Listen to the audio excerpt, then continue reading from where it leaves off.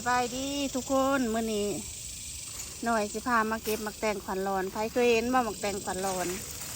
นี่หมักแตงไห้นี่หอมเด้หอมหุยๆนี่นะ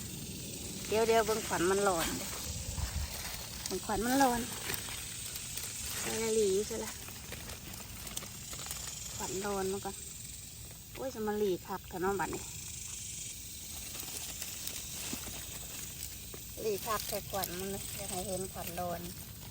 โอ้ยใช่ปะ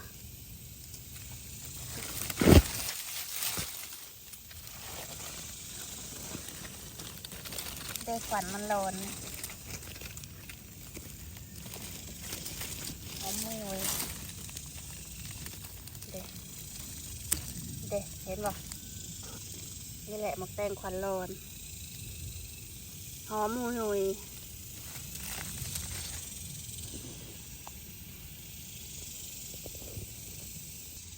สบายดีทุกคนมื้อนี้หน่อยสิพามาเก็บหมักแตงไห้ขวัญร้อนอีกแล้วผู้ใดเคยเห็นบ่นี่นะเด็มันเป็นขวัญร้อนบ่หรือมันเหี่ยวแดดเพราะว่าเมื่อวานนี่บ่ได้ฮดฝนตกหน่อยนึงมันว่า100%แต่มีแต่10%นึงก็บ่ได้ฮดเบิ่งเมื่อวานนี่คือว่าบ่ทันได้สุกปานนี้เพราะว่ามื้อนี้ปักขวัญร้อนอันนี้ได้ซะทันได้ร้อนตัวนี้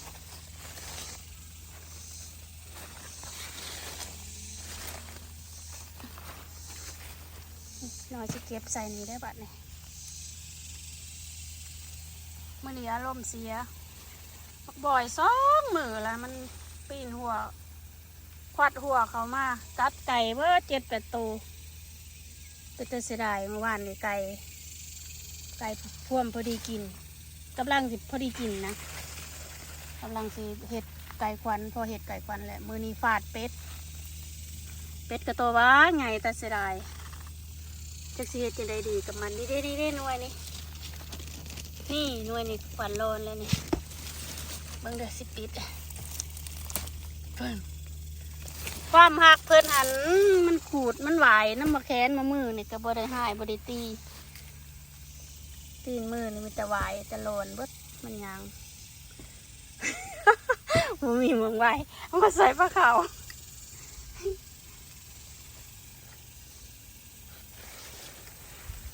นี่ก็สิเก็บซะบอลอนก็เอาปิดยากเติบแล้วเพิ่นบอลอนกับปิดยากเติบนะฮันเด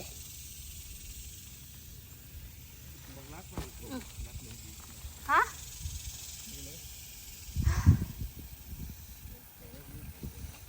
เบิ้งซอกอันขวดเบิ้งดีๆว่ามองได้มันเป็นตะเข่ากับมัดตืมบ่ได้มากัดตะเป็ดตะไก่คู่มือในเสได้เด้ซื้อว่าอาหารกับแพงเดนวยนี่เกือบสิรอนเลยสิเก็บเลยจ้ะ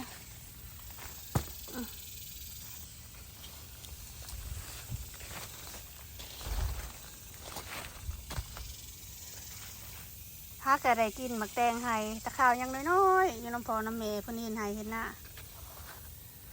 เพื่อนปลูกอยู่ไห้ในย่ามนี่แหละดำไห้ดำนั่นดินี่กระโลนเลยดิ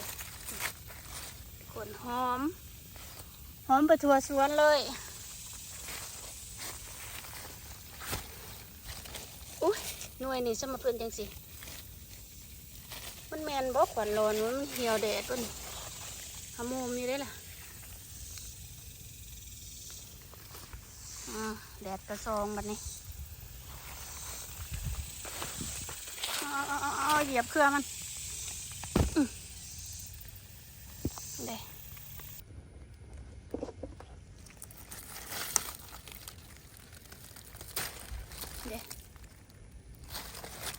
โอ้ยหมักทั่วคอยสิได้กินแล้วเด้นี่ทั่วยาว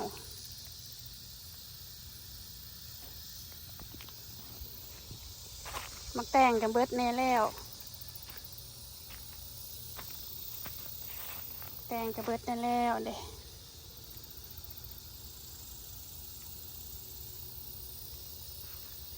ต่ำได้ได้เนี่ย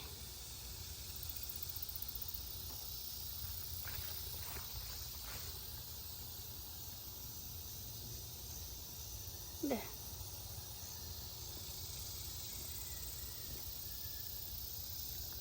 กำลังเป็นนะกำลังเป็นเขาแบะ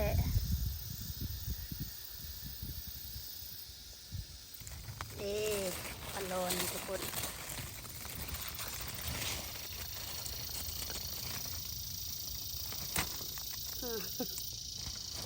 ผักโคบัด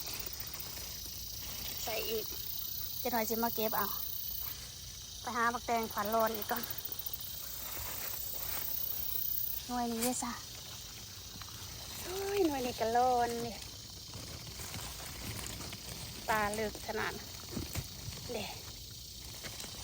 สุกแรงแตงข่อยพอดีเลยบุญวัดอะไรเนี่ยสัก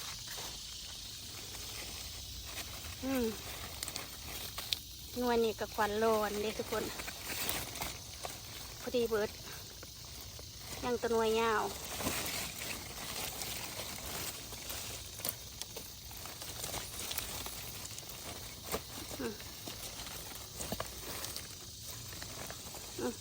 สองมือจับจะเอาขึ้นได้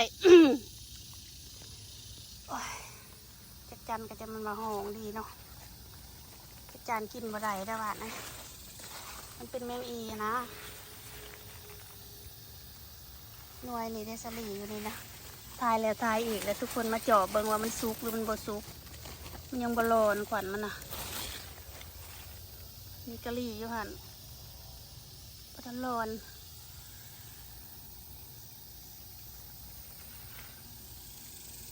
ไปเอากระตามาเก็บใส่ก่อนปิดแล้วบ่มีมือเอาเพราะว่ามือเบิ่งหนึ่งจับโฟนกันเลยว่ามาเก็บน้ำลังเกิดเป็นคนละกิ่งทุกคนเอ้ยทุกจนบ่มีเกิบใส่ เกิบแตะบ่มีเกิบแตะใส่พวกบวยมันกัดเบิดหมาเป็นด่านดื้อมันดื้อ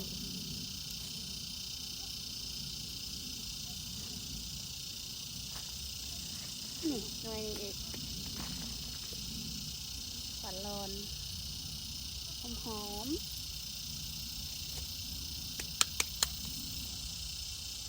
Panda how are you Panda ขี้ดื้อเท่าขี้ดื้อห่านฝนซองจอบสิเขาจมแน่มึงเขามาบ่ได้เขารสซองแซ่บๆหอมๆหวานๆตื่นสวยมือนี้ก็ถึกหนึ่งนองอยู่โอเคเอาเท่านั้นแหละเจอกันอยู่วัด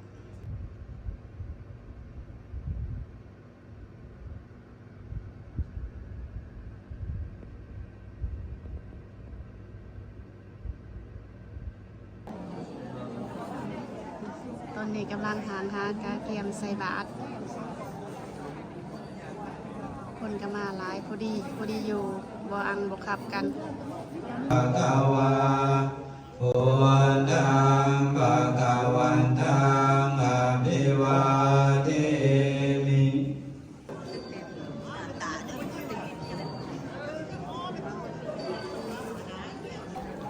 นี่เพิ่นจะจัดเป็นบุฟเฟ่เลยเขาพรรษาเพิ่นว่าเพิ่นก็เลยว่าเป็นแบบบุฟเฟ่เนาะเพิ่นเฮ็ดแบบบุฟเฟ่เนาะสบายดีเลยคนงามนี่แหละผมโพผมใส่แต่แท้ได้นี่นะสาธุเอ้ยกันคือกันสาธุผมโพผมใส่แต่แท้ได้นี่นะโอ้ยขอบใจน้ำหวานตำกันเด้อเฮาเด้อน้ำหวานตำกันเพิ่นว่าน้ำหวานตำกันว่าน้อยก็เฮ็ดน้ำหวานมานี่แหละ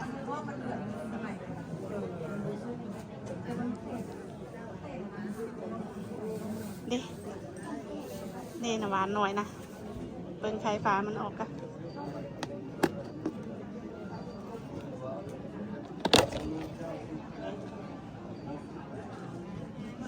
ว้าวตกง่ายสัก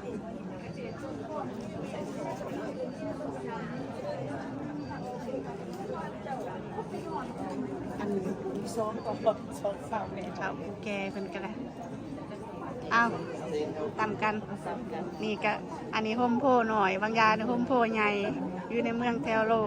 คำวัดคำว่าเมืองหลอกวอเขาเนาะผู้เว้านี่ก็น้องสาวหลา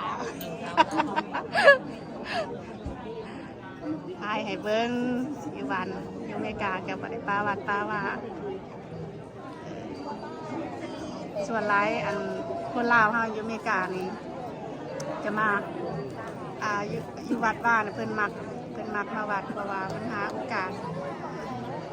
กาสพบกันยากเนาะเฮิงที่เพิ่นเฮ็ดใส่บาตรใส่พวกผู้เฒ่าผู้แก่เพิ่นก็มาแหละเฮาคือกันนี่แหละหมู่กองมาพบกันเนาะหลังจากใส่บาตรใส่พวกแล้วก็กินข้าวกินน้ำสามัคคีกันอาหารการกินกับผู้นั้นใดนี้ผู้นี้ใดนั่นกินข้าวน้ำกันกันแซ่บเนาะทุกคนผู้เฒ่าผู้แก่เพิ่นก็ซื่นคือหนุ่มเฮายังหนุ่มคือเฮายังว่าไปลาไปงานผู้เฒ่าผู้แก่เพิ่นอยู่แต่เฮือนเด้ประมาณนั้น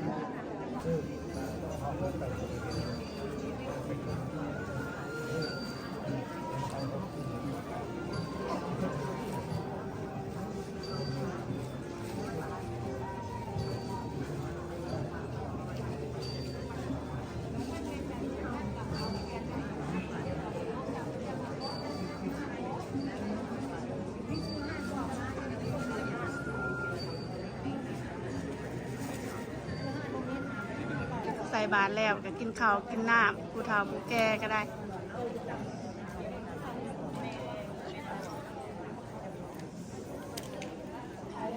แซ่บ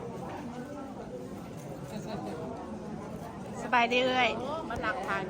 กินอยู่ใส่ กินข้าวเยอะวัดแซ่บบ่แซ่บร้ายบ่มีอาหารหยังแหน่มื้อนี้ ตอนนี้หลายอย่าง อาหารลาว ใส่รถนะ ๆเบิ่งแซ่บบ่เอ้ยกินข้าวนะ แซ่บเลยตอนนี้เราถามเดินไม่กินเดือนนึงแซ่บ พ่อนาย ไฟก็ไปแต่คนเลย อันเพิ่นว่าข้าวพรรษาเพิ่นบ่ใส่ผ้าขาวเพิ่นก็เลยกินแบบนี้ว่าซั่นๆแบบพระพุทธเจ้ากินแบบลำบากแน่หน่อยนึง เอากินข้าวต่ออีกกันนี่ก็เป็นเฮือนครัวเนาะหากาเกียมก็ถือกวุ่นวายอยู่